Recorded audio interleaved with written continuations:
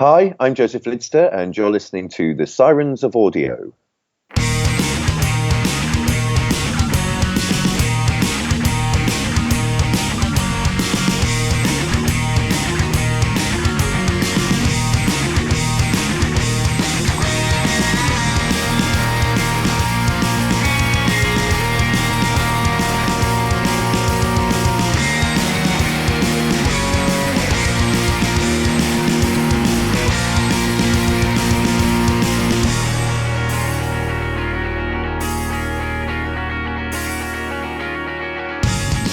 G'day audiophiles, you are listening to the Sirens of Audio. My name is Dwayne and... I'm Philip. Hi guys. Thanks for coming on with me, Philip. Today's a good episode. We're going to be talking to someone who has been involved in one of the recent monthly audio stories, Katharine Armitage. She's going to be joining us shortly and going to be talking about her story, Displaced. What were your thoughts we're going to get some of your thoughts during our chat, but just a quick snapshot of your views on that story before we get into the interview. Well, I love the Seventh Doctor, Ace and Hex. I think for the Seventh Doctor, it's his perfect team. And so I was so excited to hear that they were bringing Hex back. And those of you who know the history will know that, of course, that Hex, he had a whole storyline which was wrapped up, but they've been able to insert a couple of new stories back into when he was traveling with the Doctor. And so, yeah, pretty excited to go back and hear him there. And Displaced in particular was a story that really captured me. So I'm very much excited and looking forward to speaking to the author. From Big Finish Productions, Doctor Who, The Flying Dutchman, and Displaced. The Flying Dutchman is a glowing, ghostly ship, one that can never make port and is doomed to sail the seas forever. Why did they sound like ghosts? What's happening? Readying the artillery, sir! Good! Let's hit them with everything we've got! Let them go or you don't want to know where I'll put this sword. Aha! Nor mine. Bring her around! The wind's too strong! We're gonna lose her! You really are a landlubber, aren't you? I'm a big fan of dry land. That's what you mean. They're evil spirits, Captain. Throw them overboard. That's too good for them. Cut their throats! Now steady on, fellas. Hell! She's overpowering me! Watch the yard arm!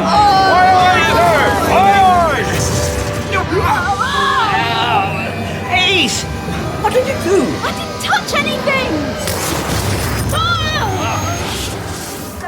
No slugs, no lava.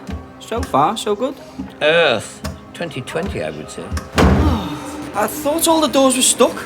Clearly Harry can unstick them.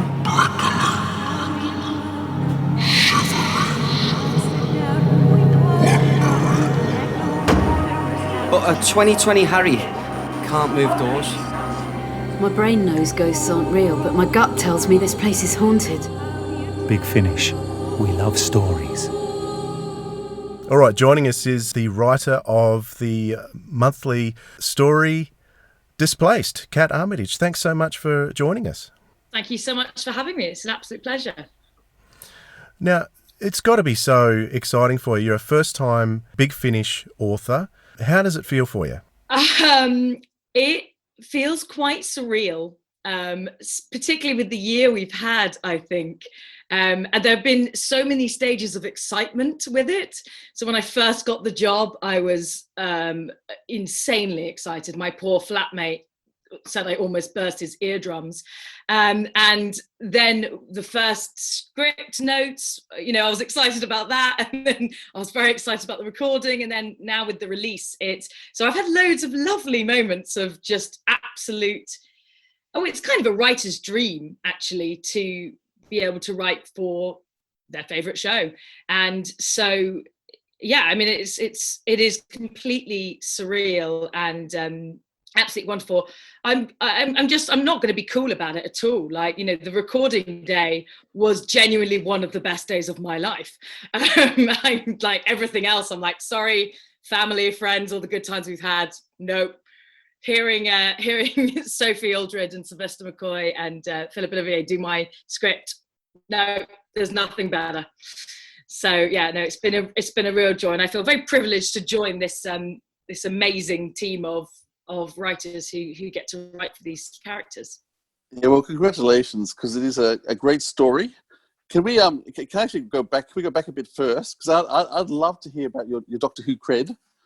Tell us a bit about how you obviously love Doctor Who. So how did you get involved with Doctor Who? When and how? Well, I first came aware of, I'm one of those annoying ones who first came aware of it with the relaunch, and I first came aware of it at the end of Christopher Eccleston. And my brother said, "Oh, Catherine, you need to watch this. You need to watch this." And I was like, "Okay, right, yeah, whatever." Watched the end of that, and then watched the Regeneration to David Tennant, and then was completely hooked. And then I happened to be at university where I had a university lecturer called David Butler, who is a huge Doctor Who fan. And he showed us the Paul McGann film and then the very first episode, An Unearthly Child. And from that moment, combined with the new stuff and then seeing that, I was just completely and utterly hooked. So then I followed the modern series, obviously, all the way through. And then I started going, right, what have I missed?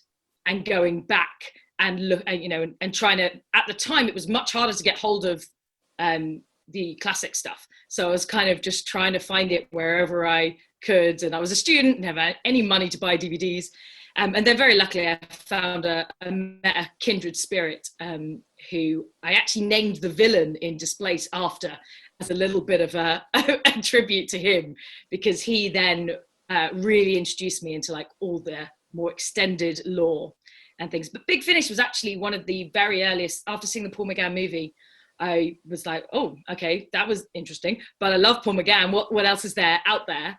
And that's when I came across Big Finish. So I actually got into Big Finish before I really started watching the classic series. That's a very long-winded answer, but everyone remembers, don't they, how they got into it. We do, and I'm sure we started pushing. You could go into more detail about special moments along the way. We won't do that. No, so what about your writing career? How did you when did you decide to be a writer, and how did that start? Well, I started off when I left uni as a director, and I didn't think I could write. I think just because a lot of my heroes who were writers were all blokes, and I don't know, something silly in my head just went, oh, well, you're probably not going to do that. I don't know why, it's completely daft, but I just kind of went, oh, that's probably not what I'm going to be able to do, but I'll do directing. So I directed, I was an assistant director and directing theatre. And then I decided to put on a play, and I had to adapt the script quite a lot. So I put on a human version of Punch and Judy. And so I took some of the really old, like the 200-year-old puppet scripts, and I sort of adapted them to create a new play. And by the time I got to the end of it, people were referring to me as the writer, Katharine Armitage. And I was going, oh, did I write that? Okay. And then that was sort of the beginning of it. So I kind of feel like it happened by accident. And then I got into writing comedy in 2013 when I met a fantastic group of people who I formed a comedy group with. And I set up a theatre company around the same time. And then from there, I've just been always trying to make my own work and then slowly kind of moving into other people paying me to do work.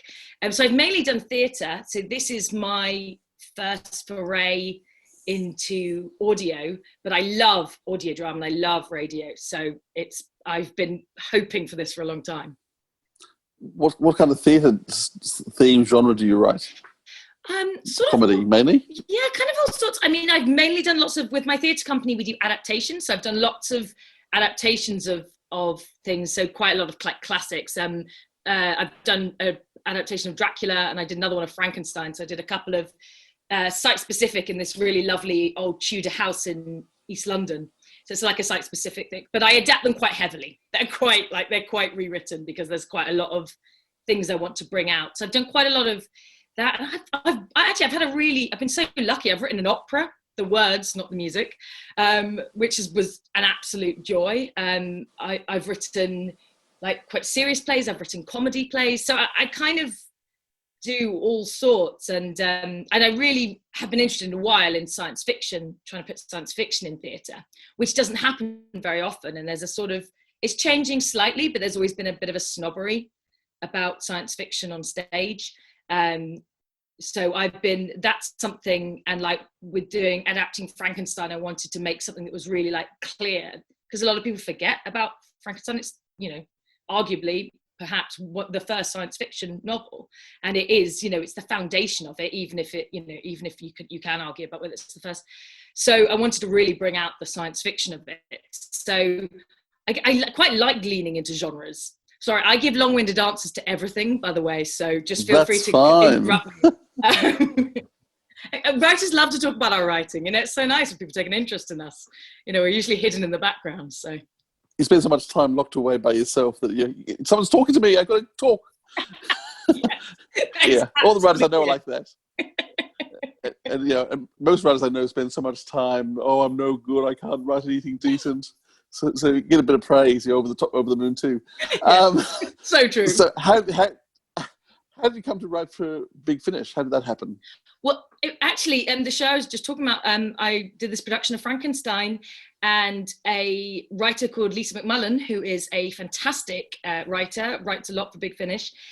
She came to see it, and I didn't know this, but she'd kind of seen a couple of my other shows, and she really loved them. And after Frankenstein, she said, do you want to get a coffee? And we had a coffee together, and she said, look, I love it. I think if you sent Frankenstein into Big Finish, I think they'd really love to work with you. So I did, and I honestly didn't hear anything for months. And then suddenly out of the blue, I get an email saying, yeah, so we really like your stuff, and just wondering if you're interested in writing for the Seventh Doctor. And I was just like, this has got to be a joke, of course.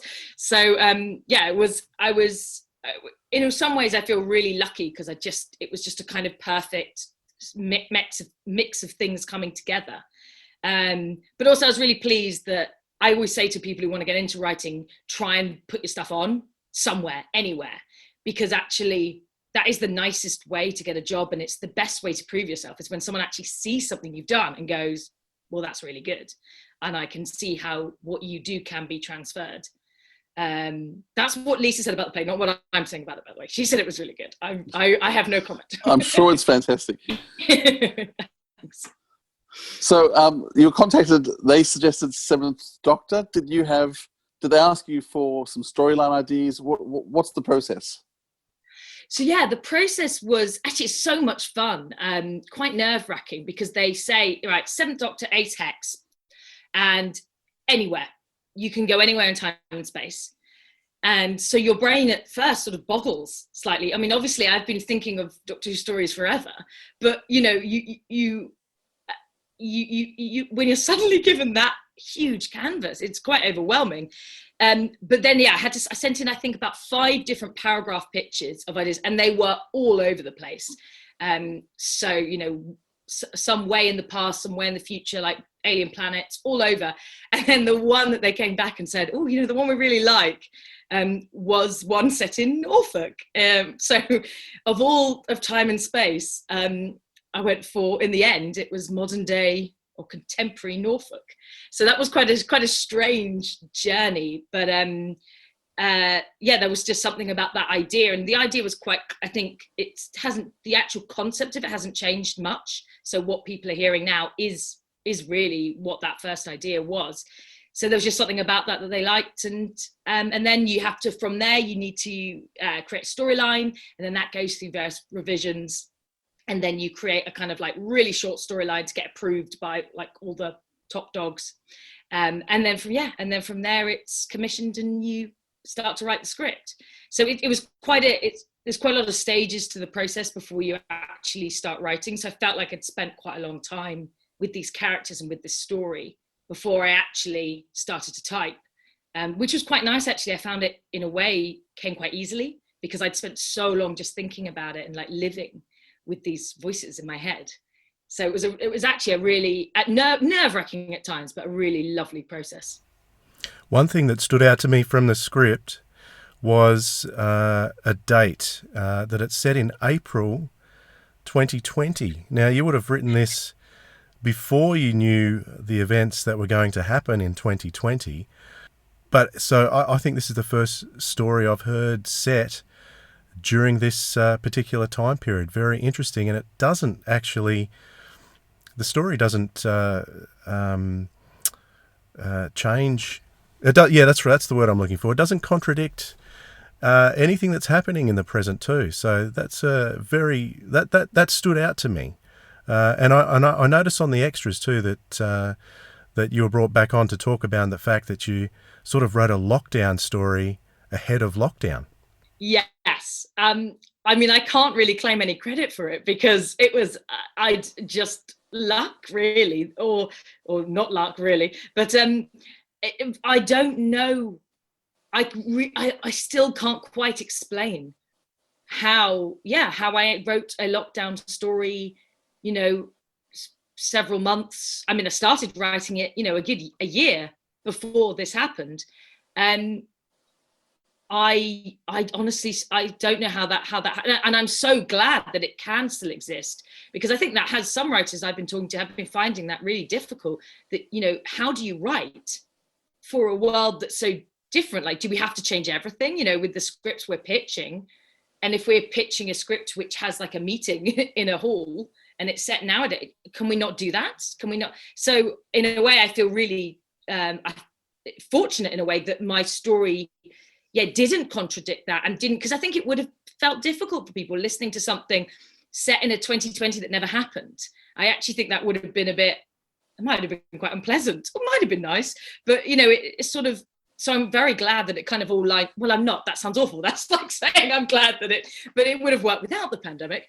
But yeah, I guess because I think a lot about like emotional lockdowns, or how, and I think I said this in the extras about, kind of was before all of this happened, I was interested in, what happens when things get forced back to be contained in a really small space, and how that can heighten everything and make things which, if you had space to walk away from, or if you just had more space, they would seem innocuous or not terrifying, but when you're stuck with them, they are.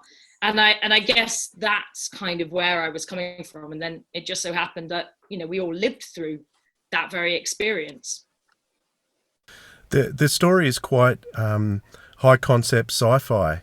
And being a new writer to Big Finish, it's interesting for me and Philip as long-term Big Finish listeners. You get a sense of the style of writers, but it's really refreshing to get new writers come in and write a completely new style that we're not used to. This high concept science fiction, is that the kind of story that you like to write? Or when we get future Big Finish stories from you, are you going to mix it up a bit?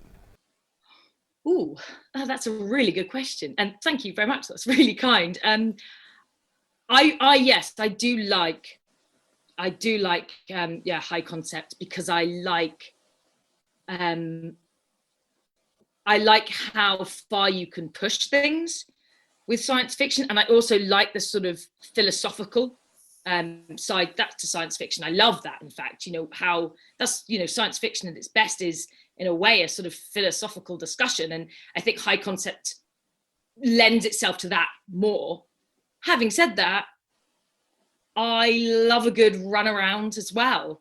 I love a good runaround with a kind of comical alien as well. So I don't know. I mean, I always find it quite difficult when people ask me what my style is, because I honestly don't really know. I just like writing stories that grab me, and you sort of get a feeling inside you of like, oh, this is exciting, I have to tell this. And I love writing comedy as well. So I think I could probably go either way.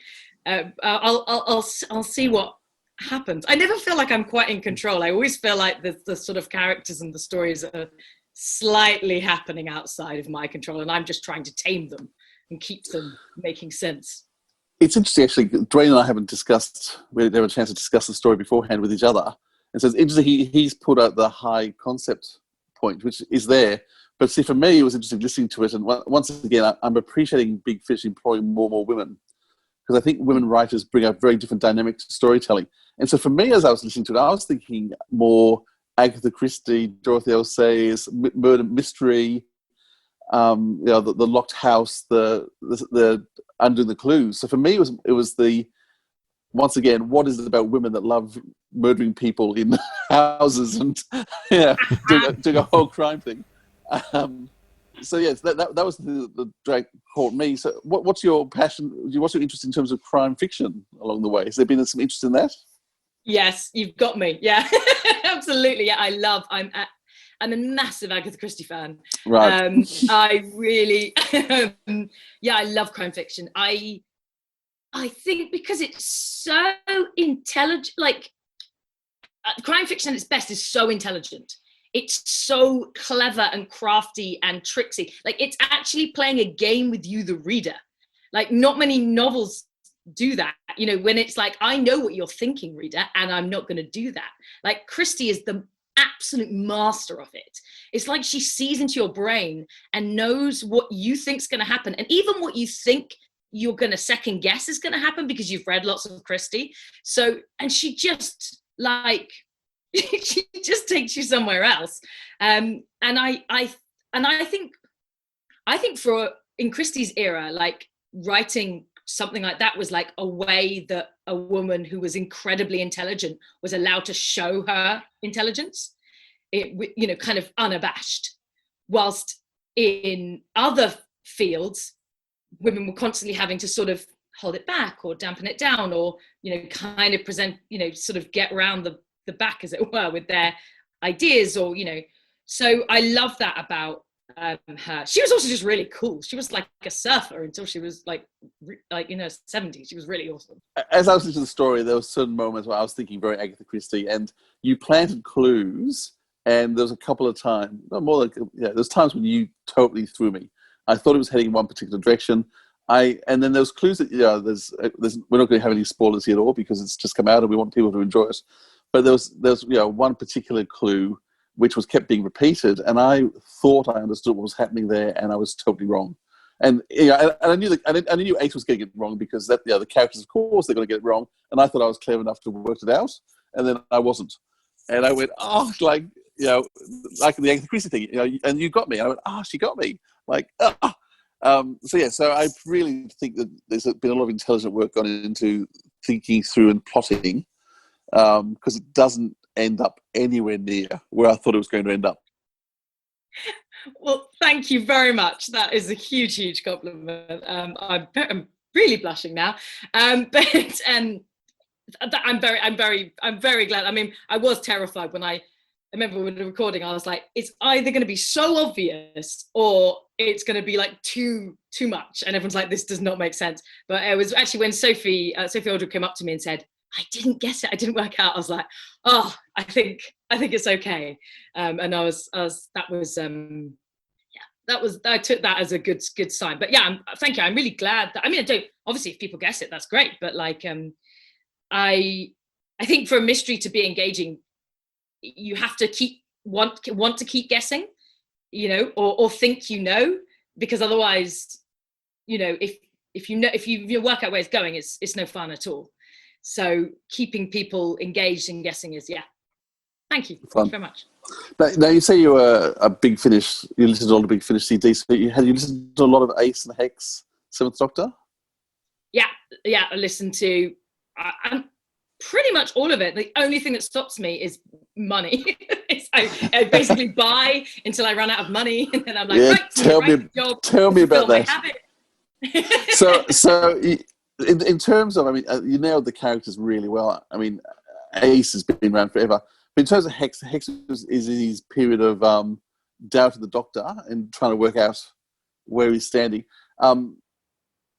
Were you told where in the Hex storyline this had to fit, or did you decide this was how you wanted to make him? It was quite vague. I think if I remember rightly, I think the only thing I really had was it was pre-Mousetrap, but could be sort of post anything. But what I did know, or I felt in my bones for it to work, is that Hex had to know the Doctor quite well, and also think he knows how the dynamic works between the three of them, for it to then, because I wanted this feeling of of a lockdown house, of, you know, them being kind of, you know, that's what I think I find interesting about Locked House, is that you think you know the people you're with, and then suddenly you're all together in this small space. And to be fair, Doctor Who does this all the time without locked houses, because that's the whole point of it, is it's always pushing the characters, and that's what's brilliant about it. But I wanted them to be at a point where they kind of think they know each other, they kind of think they're comfortable, but then just a little bit of pressure and all that stuff that they've got hidden or suppressed or didn't even realize they felt comes out. And I remember talking to my script editor about the Flying Dutchman beforehand, and about how that was going to fit in, and this idea of it was very much the Doctor at his testing games tricks phase, and Hex is at the point where he's beginning to get sort of fed up. I think the more interesting thing was, sorry, not the more interesting, but the equally interesting thing was also think about where Hex and Ace are, in terms of, because there's often little hints of, is there a sort of romance there, you know, is there, and we almost get there, and then it always pulls back from it. So that was kind of more interesting, but I quite like playing with the open-endedness of that, and like leave it slightly open for entertainment. I was surprised by how large the cast was, because it's almost like a three-hander, because the three of them have so much time together apart, that you kind of forget the fact that there are some other characters to interconnect with them. But to me, it was almost inconsequential to me that it was just the three of them shining very large. Yeah, thank you. I think that's kind of what I wanted to do. Like, I just love those characters so much. So I like stories that give fantastic characters space, and I think that's the Doctor Who stories I often fall in love with the most are ones like that, where these characters that you love and know have a bit of space, and then you just see maybe just a tiny little new facet to them, or just something you thought you saw before come back again. And that is, well, it's just an exploration of humans and who we are and how complex we are, and, you know, the little edges of us that you can see in different circumstances. So yeah, I did really want, I mean, I had to be told to like put in more characters at times, because it was like, there's no one for them to talk to. You can't have people talking to themselves constantly. So I always wanted the Harry voice, the Alexa electronic house thing.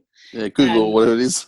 Yeah, whatever it is. Yeah, I mean, like, So because I just quite like that idea of that idea of an electronic system becoming company.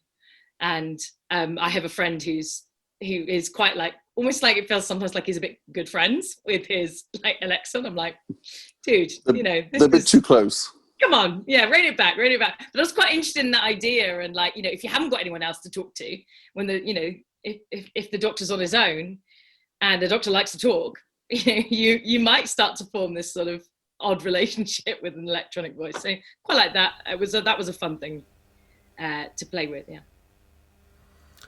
So as far as Philip and I are concerned, you're a very, very new Doctor Who fan. So starting off with the new series, if Big Finish came to you and said, you can write a Doctor Who episode for any Doctor and TARDIS team, what would be your dream team to write for? That is such a mean question. In some ways, my Big Finish dream is actually to write for Paul McGann's Doctor and Charlie. If I could just, I know I can't, but if I could pick anything, because those are the ones that really made me fall in love with audio. But you'd have to be insane to ever turn down Tennant and Donna. If you made me choose, I'd probably just run a mile rather than choose. I hope to be able to stay in there to one day get to write for Jodie, because yeah, when she became the Doctor, and I didn't realize it would mean so much to me. I always thought like the Doctor doesn't have a gender. You know, I still think that really, like, you know, it doesn't matter that the Doctor's been male. Or I wasn't that when it was announced. I was like, yeah, whatever. And then when I actually saw the Doctor be my gender, I burst into tears. So there is something very beautiful, very special about that. Basically, I've cheated your question and I've answered 3 different things. But I think I would choose Eighth Doctor. Are you writing anything at the moment? Are you allowed to say? I don't know if I'm allowed to say. I didn't check. So that's a yes then. Well, it's sort of. Obviously, things have changed. You know, the pandemic has changed things a little bit. You know, so. Everything is slightly more up in the air than I think it would usually be. But I'm, yes, I don't know, possibly. Okay, we'll great. Well, asking it off air later. So yours was probably one of the last shows to be recorded before lockdown. And now you got to go into studio. So what was that experience like? Oh, I mean, it was just amazing. It was very surreal. Just these people who, you know, because I am a new Doctor Who fan, but when I started getting hold of the classic series, it was easiest to get hold of Sylvester and Ace, and so I watched all of that so many times, and so I still had that, I think, similar awe of like these are them. And it was, I think the most amazing thing was just hearing those voices saying words I'd written. Because they both do something amazing. Sophie just does something tiny to her voice, and suddenly she's not quite 16, but she's sort of, I think they've decided Ace is sort of 18, 19, 20 by this point. But like, you know, she's Ace, and it's just, it feels like magic.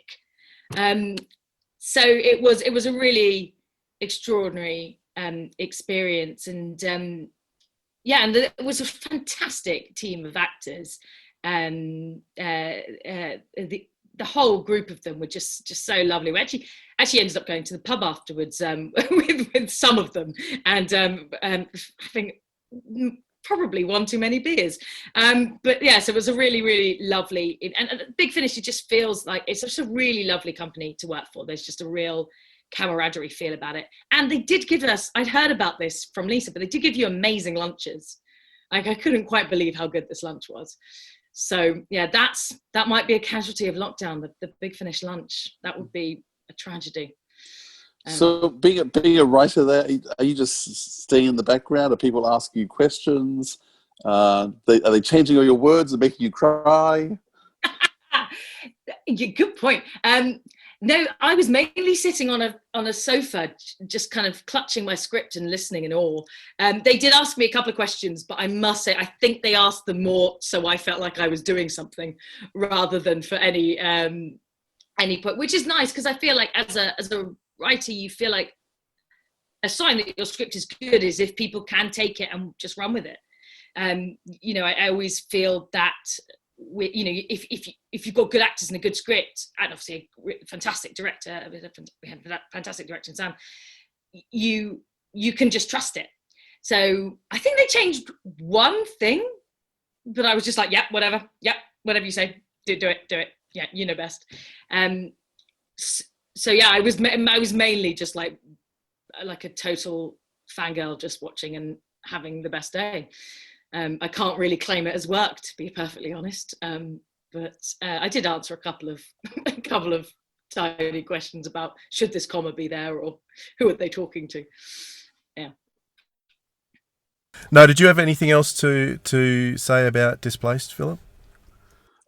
Oh, there's so much more I'd love to talk about, but I think people need to listen to it first. I think it's one of those stories you want to come to not knowing too much, because I think the experience will be all the better for it. So there's questions I would love to ask, and a few things I wouldn't mind drilling into.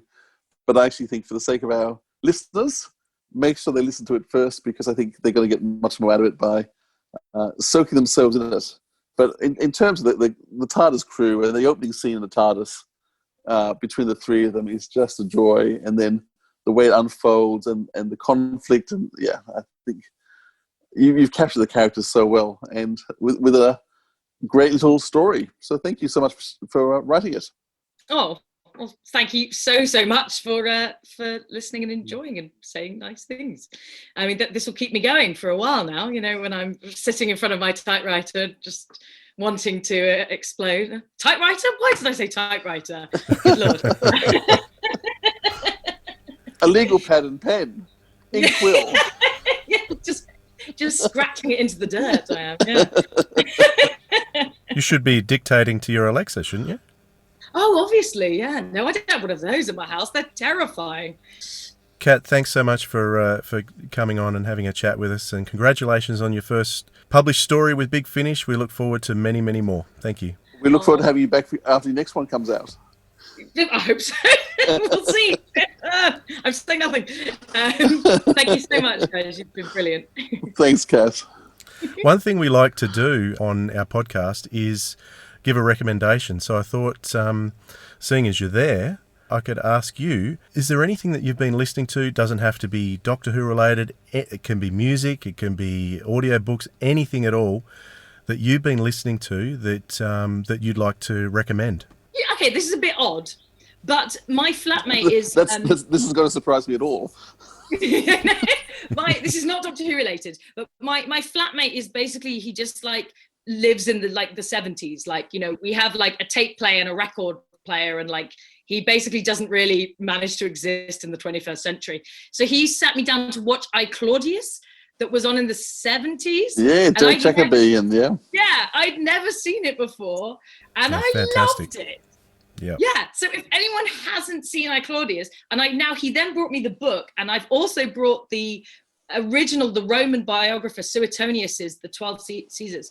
So I've brought, because I also love ancient history and mythology. So so that is my current really big recommendation. And everyone listening to this is probably like, yeah, we've seen that. Yeah. But I hadn't. And it was honestly extraordinary writing. I was sitting there going, oh my gosh, to be this good at writing. And the acting in it is amazing, especially, is it Sean Phillips who plays? I can't remember. I'm not very good with all the names. But yeah, anyway, that would be my recommendation. I think you probably have to buy the DVDs. I don't know where else it exists. So you're might have to go old school, but that is worth it. Or just looking up the Roman emperors. They are insane. Really fun. So we're expecting the eighth Doctor Charlie in ancient Rome. Oh, that would be fun. That would be so fun. Yes. No, don't tempt me. There's already been quite a lot of ancient Rome. They'd probably be like, no, you can't do it. Yeah. I have been pitching some ancient-y ideas, but you know, we'll have to see. Oh, that's great. Thanks again, Kat. Really appreciate it. Yeah, thank you so much. You guys are lovely. So thank you. So that was a great recommendation from Kat for I, Claudius, not necessarily an audio, but you can listen to it with your eyes closed if you like. It's a fantastic series, and you can get it on YouTube. I think that's where I saw it last, on YouTube. So there's certainly bits of it there, and so with those all those amazing English accents, the Brian Blesseds, the Derek Jacobis, you can just close your eyes and enjoy the richness of their voices. Patrick Stewart, don't forget, he's in that for quite a bit. I forgot on that, but there you go. With nice curly hair, nice Roman curly hair. You don't often see Patrick Stewart with hair, so. No, that's for sure. So what are you recommending for this week, Dwayne? What I'd like to recommend, as you know, I'm in Alice Springs at the moment, and I have been attending the Parjima Festival, which is called the Festival of Light, and it's an Indigenous festival, which is absolutely fantastic. And I've been able to see live music. Imagine that. In the Northern Territory, you still get to see live music under certain circumstances. And the very first show that I saw was a guy, an Aboriginal fella who is from a town in Northern Territory called Elliot. If you've been to the Northern Territory, you've probably driven through it on the way to Darwin. But if you haven't been to the Territory, you've probably never heard of it before. And Stuart did some fantastic tunes. And what was interesting about him is he sings in his native language. He does English songs as well, but he sings some tunes in his native language, and I can't remember the name of it, but only 5 people speak that language in the whole world, which I found fascinating and also a little bit sad. So I would recommend Stuart Nugget. You can find him on Spotify. I'll put some links in the show notes anyway. Just listen to 1 or 2 of his songs in his native language. It's fantastic to listen to. That's my recommendation for this time. What about you, Philip? Sounds great. I'm going to recommend a podcast. So I've been the second series of David Tennant does a podcast with. Started a couple of weeks ago. I'm not sure if you heard much of the first season. The first season had amazing people like Olivia Colman, James Corden, Whoopi Goldberg. So he's managed to pull down the biggest names. And then once again, he's doing a great job. So I think we just had episode 4 come out.